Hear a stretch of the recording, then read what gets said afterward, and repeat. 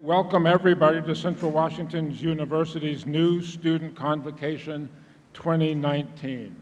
I'm Dr. Jim Gaudino. I'm president of CWU, and it is my great honor to share this tradition with you today. I think you all know a tradition is something that is repeated oftentimes annually, and it becomes a marker of a definition of a culture and that sustains a community. These traditions unite us with those who came before us, and they teach us to treasure our experiences here. It's also important to recognize that Central Washington University resides on Yakama Nation's ceded land, and Mr. Arlene Washines of the Yakama Nation has graciously agreed to provide us with a Yakama welcome to all of our new students, our faculty, and our staff. Please join me in welcoming Mr. Arlen Washines.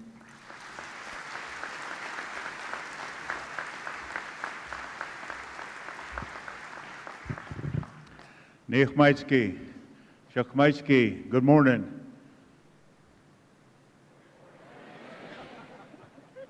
Are you awake? Yeah. It's good to be here today, and it's an honor to be able to be here to welcome you, each and every one of you, those of you that are new to our homelands here among our people, the Yakama Nation. We welcome you to our home, this area, and I'm going to share a song, a welcome song for you. But before I do that, I want to explain the place that you're at and where you've come to. And in that way, we welcome you. This place called Kitatas, and the way that was pronounced among our people, Kitatas. Kitatas was a name for a plant that was gathered here, and it was revered among all of our people in the Northwest, and they traveled here to gather that particular plant, because that plant helped to preserve the food that we gathered, the traditional foods, the roots, and that were made, and this root helped preserve those foods for us when they were dried. And our mothers, our grandmothers would use that root to help make the dried biscuits out of those roots that we gathered. And they would make their imprint with their fingers in making that food. And our children, they would give it to them with the understanding that the teaching, the culture, the tradition of this area and that plant that was revered by our people all over the Northwest, that they would have a good understanding of where they were from and who they were. And so in that way, I welcome you to our homeland here among my people. It's a great honor and privilege to have you be here and to learn and to understand and comprehend what you're going through with your education to enhance your lives, to better your lives. So in that way, I want to say thank you and welcome and wish all of you good luck. And I'm going to use this bell, even though this bell is a modern tool. A long time ago, there was a rock, and we have a place close near here, right south of the town of Kitatas. It's a pristine area that our people gathered, and there's a racetrack that's still visible there, where our people used to gather and visit, and they would share these songs with one another. And so I'm going to use this song when visitors would come to gather and race and visit. They would welcome them with a song. And this song was a song that my grandmother used, and her great-grandmother. And I'm going to use that today to welcome you. So if you would all please rise. Thank you. Thank you, Mr. Washines. It's an honor and a privilege to welcome you to Central Washington University's Convocation. And as you can understand from what Mr. Washines has said, this has been a place of gathering well, since all time, is when the Native American people would come to this beautiful valley and gather to share. And it's in that tradition that this convocation is held. And the hosts here are on stage, and in our audience, we have the academic leadership on stage here, and our outstanding faculty seated in the first rows, and I ask you to help me welcome them and thank them for the outstanding experience they are prepared to give you in the next 4 years. Round of applause for our faculty and our academic leaders.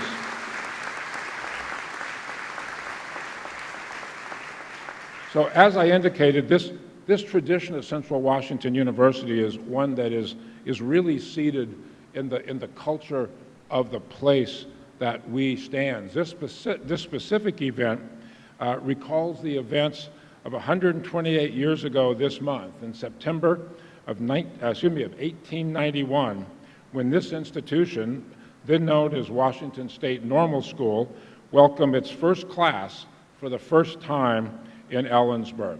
I believe it was a class of 20 students. So as you can see by looking around this room, things have changed a little bit since that time. And in fact, the word change is something that I'd like you to think about for a moment, and certainly to think about during the time that you are here. As you enter this institution, you are on the cusp of significant personal changes. You're entering college and leaving behind an old life. You're leaving behind high school. For many of you, it's the first time you've been away from parents, from the extended family, and your friends. And you're making new friends, and you're joining a new family, not losing the old one, but broadening your horizon. And mostly you're going to be experiencing and learning new things.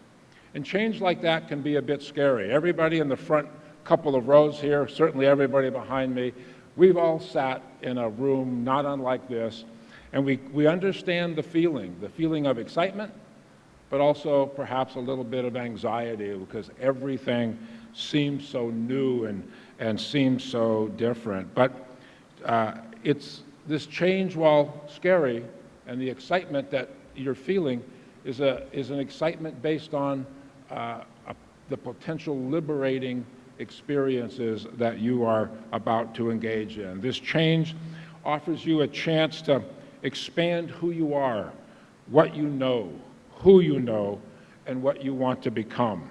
This change is a transformative time in your lives in which you are working to become the best possible you. And I want to personally assure you that you are not alone. First off, you've got about 2,500 classmates that are going through the same thing. You're joining a family of about 12,000 students who are all experiencing the same thing, and you have a faculty and a staff, many of whom are here with you today, who have dedicated their professional lives to helping you become the best possible you. I urge you to take full advantage of your advisors, your counselors, your faculty, staff, fellow students, everyone that comprises the Wildcat family. Take full advantage of all of the resources that are available to you at Central, and embrace the changes, but at the same time, do not be afraid to ask for help. That's why all of us are here, is to offer you that help. Central is a welcoming community, much in the traditions that Mr. Washeen's described. And we place the highest possible value on diversity, inclusivity, free speech, and the open exchange of ideas and experience of cultures. The Board of Trustees affirms these values, as do I. Central always has been and will continue to be deeply and firmly committed to promoting an inclusive environment in which each student has the opportunity to learn in peace and in security. And today you're going to receive a symbol of that inclusivity and unity, the CWU Convocation Coin. It's a tradition that we have borrowed from the U.S. Armed Forces. And when they when they welcome a new person into their unit, they're presented with a coin that indicates membership into that organization. And they're given to these individuals to recognize that person's excellence, their special qualities, and their worthiness to be part of the organization. It is a great pleasure that we will present you with the CWU Convocation Coin as you are leaving the ceremony today in recognition of you becoming a member of the Wildcat family. And receiving these coins means that you have become part of a greater community that is committed to your success while you are here and in the life that you are going to be leading after you leave. So welcome to the Central Washington Wildcat family.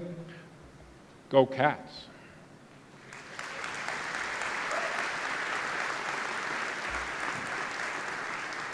Now I would now like you to please welcome Dr. Walter Schlinga, who is Faculty Senate Chair and Associate Professor of Geological Sciences, who will introduce today's keynote speaker. Walter.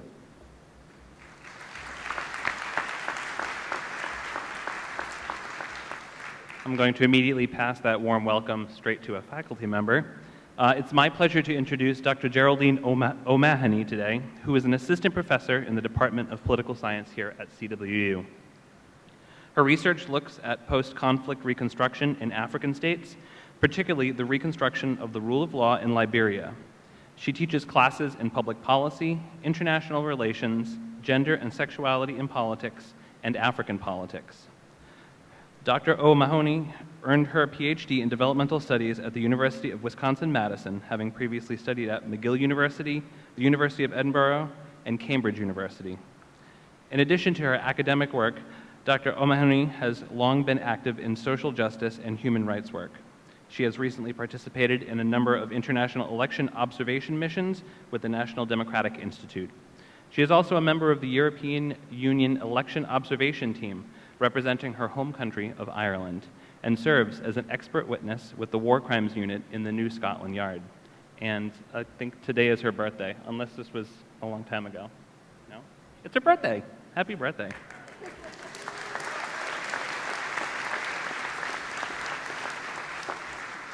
Please join me in welcoming Dr. Geraldine O'Mahony.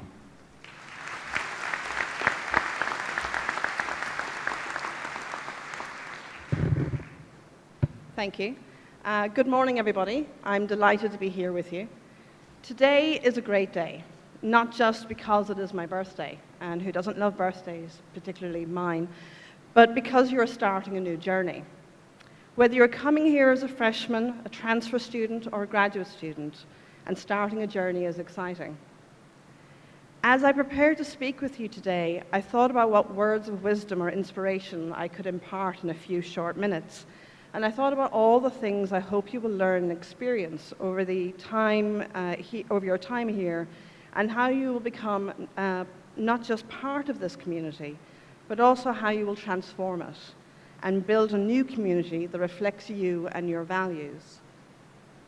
There is so much that I hope you will learn and experience during your time here. I hope that you learn that Africa isn't a country, that Ireland is a country, and indeed the greatest country in the world, that Voyager is by far the best of the Star Trek series, but most importantly, that the world and its issues are diverse and complex.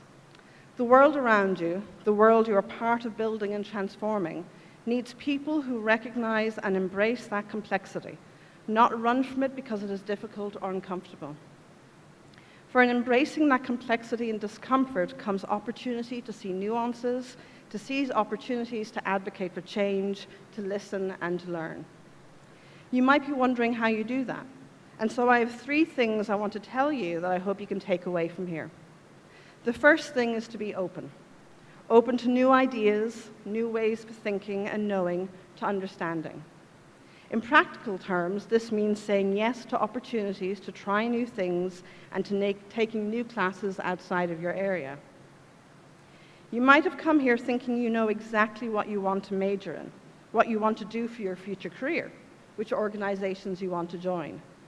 But here you will find new classes, new majors, new opportunities that you didn't even know existed.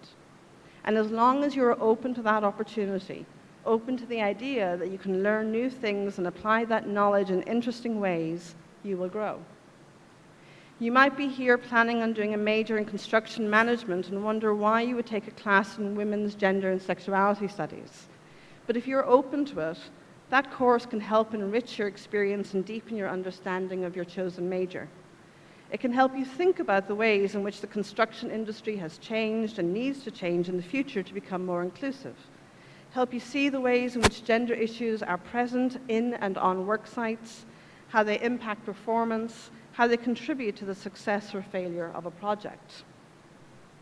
So be open to taking random classes in different areas, because they will show you something unexpected and help enrich your other classes.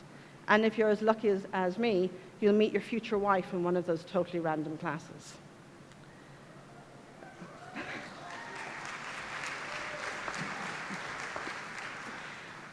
I stand here today as a professor. However, this hasn't been my first career or job, far from it. I've been an auxiliary nurse, I've worked in adoption and fostering services, I've worked in a museum and a McDonald's, I've been an official mourner, a trainee tree surgeon, an administrator, and a shop clerk. Some of these things were jobs rather than careers. Some were attempts at careers until I figured out they were wrong for me, such as realizing that I couldn't be a tree surgeon since Irish people shouldn't be allowed out in the sun, and that's where the trees are, outside in the sun. But with each job or career, I've learned something. Often what I don't want to do with my life, which is important, but always these different jobs and experiences have enriched me and my life in different ways. And I've also decided that if this whole professor thing doesn't work out, I've been watching Veronica Mars and can totally see myself as a private detective. But it is easier said than done to be open to new opportunities and to take chances, which brings me to my second point. Ask for what you need. Like a lot of you here today, I'm a first-generation college student. I'm the first in my family to go to college, and I'm the only one in my family to finish secondary school. When I first went off to university, I was surrounded by people who appeared confident and self-assured, who knew exactly what they wanted and how to get it. I felt out of my depth and like I was an imposter. I struggled, having to work so much harder, or so it seemed to me at the time, than my peers, but I didn't ask for help. I thought to do so would have been to admit that I didn't belong, that they had made a mistake, that I wasn't good enough or as good as everyone else. It wasn't until I was doing a master's degree that I finally asked for help and learned that, like some of you today, I have some learning disabilities that complicate the way I learn. Taking that first step, asking for help, asking for what I needed to succeed was incredibly difficult. But once I did, I realized something important. All those people I'd gone to university with, who seemed so confident and self-assured, their secret to success wasn't that they were smarter or harder working than me, at least not all of them, but that they knew how to ask for what they needed. For them, it wasn't a sign of weakness, but merely what they were entitled to. They knew how to ask for what they needed to help them succeed. So I want you all to do that. Ask for what you need to succeed and make your time here the experience you want it to be. You are not asking for more than you're due. You're not asking for special favors or exceptions. You are asking for the right and opportunity to do the best you can and succeed. Here today are assembled the university's faculty and administrators. Expect us to be there for you, to support you and encourage you on this journey and work with us to get you what you need. Which brings me to my final takeaway: stand up. A phrase I've heard a lot is the real world, and quite frankly, it drives me nuts. As a student, I was asked what I would do in the real world, and now I hear my students being asked the same question. The presumption underneath that phrase is clear, that this is not your real life, that the world of the university campus is not real. But it is. This is real. This is the real world and your real life. The choices and actions you take during your time as a student matter and are real.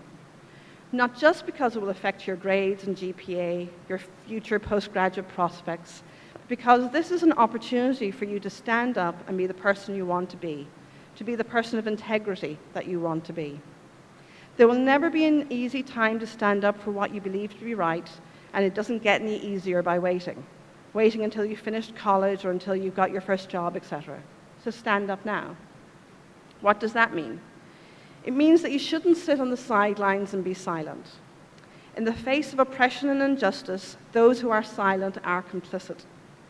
We have it reinforced from a young age that there are certain topics we don't talk about, particularly politics and religion, which is a problem for me since this is exactly what I research and teach.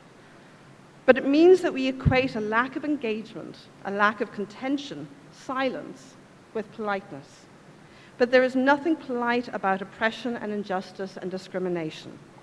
And so it is not enough for you to not be racist, not to be sexist or misogynistic, not to be homophobic or not to be xenophobic. You have to be active. Actively anti-racist, actively anti-sexist and anti-misogynistic, actively anti-homophobic and anti-xenophobic. To be otherwise is to be complicit through your silence and does not resound to the quality of your character. So to summarize the point of my talk, as all good professors do, I want you all to take away 3 things as you start this journey. First, to be open to the people, to the knowledge and skills, and to the experience around you. Second, to ask for what you need to be successful and reach your potential. So in other words, stand up for yourselves.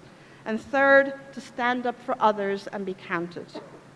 In doing these 3 things, I believe that not only will your time and experience here at CWU be all the more valuable, but you will also be better equipped to help your communities deal with the complex issues we are facing today and tomorrow. So I look forward to seeing you, hopefully in my classes. That's a plug, take my classes. In the cirque, on the climbing wall, at the farmer's market, out on Monastash. I look forward to seeing all the ways in which you will become part of and will transform this community, your community. Welcome and good luck.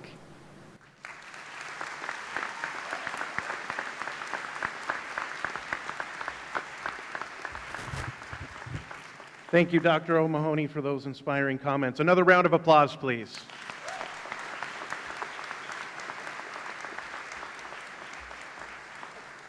Karina Bush is the president of the Alumni Association. Unfortunately, is not able to be here today.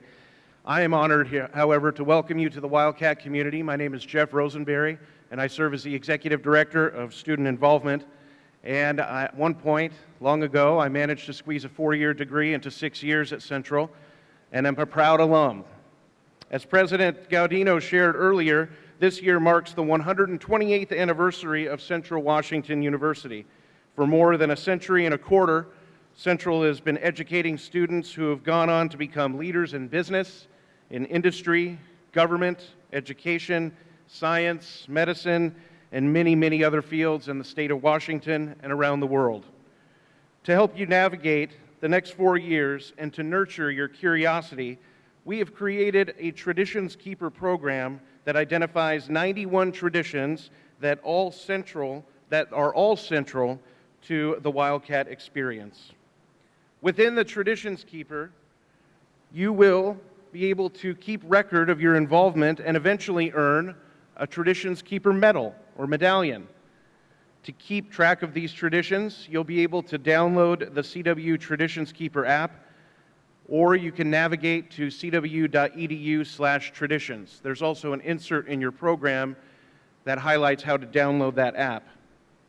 There are literally thousands of ways to leave your legacy at Central. It could be studying abroad, serving the Ellensburg community, or getting involved in one of the CWU's student organizations or clubs. The one thing I want to encourage each of you to do is to follow that curiosity and pursue it with passion. Though you cannot be a student forever, although I tried, the memories that you catalog within the Traditions Keeper app will last a lifetime and will become part of your legacy as a Wildcat. It's now my pleasure to lead each of you in the Wildcat Pledge. I'd ask that you please stand if you're able, raise your right hand, and repeat after me. I am a Wildcat till the day I die. To cheer another would make me cry. I will forever hail the crimson and black, because I am forever a Wildcat. Very good. Please be seated.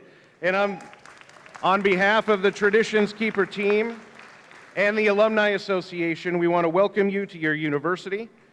And it's now my privilege and honor to invite the president of the Associated Students of Central Washington University to the stage. Please join me in welcoming Miss Jasmine Washington.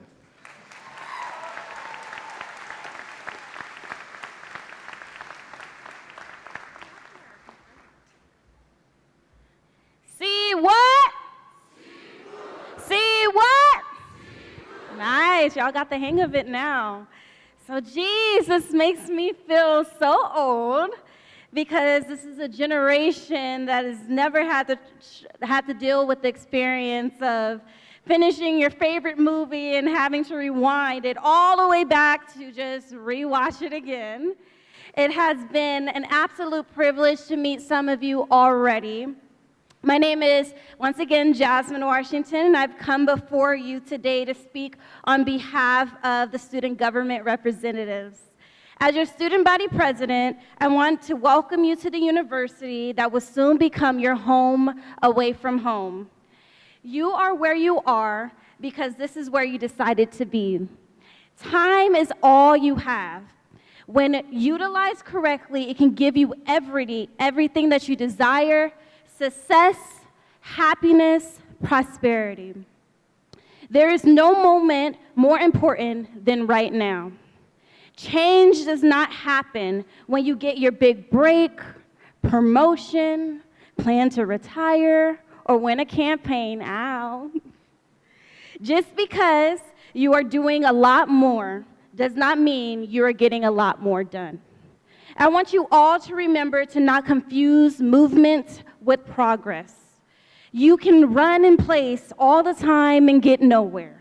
You can study and do a job the same way every day, and those with purpose will notice the adventure in trying new things and the reward in identifying purpose. I want you all to continue to strive, continue to have goals, and continue to progress. This year, allocate your work to things that make this campus great. Allocate your work to things that can help other people. Allocate your work to things that make today and tomorrow feel powerful. Today is the day you have the ability to take the first step and become who you want to be. And nobody can keep your opportunities that are designed for you except you. You have all been given an opportunity to change your life forever. You have to be hungry enough to eat. Your first year here at Central will teach you a lot about your life, yourself, and how to live the Wildcat way. I am so excited for you all to begin your new chapter in your lives. If you are interested in getting involved this year, please come and visit the student government. We're located in Circ 236. See what? See what? Thank you. Go Cats.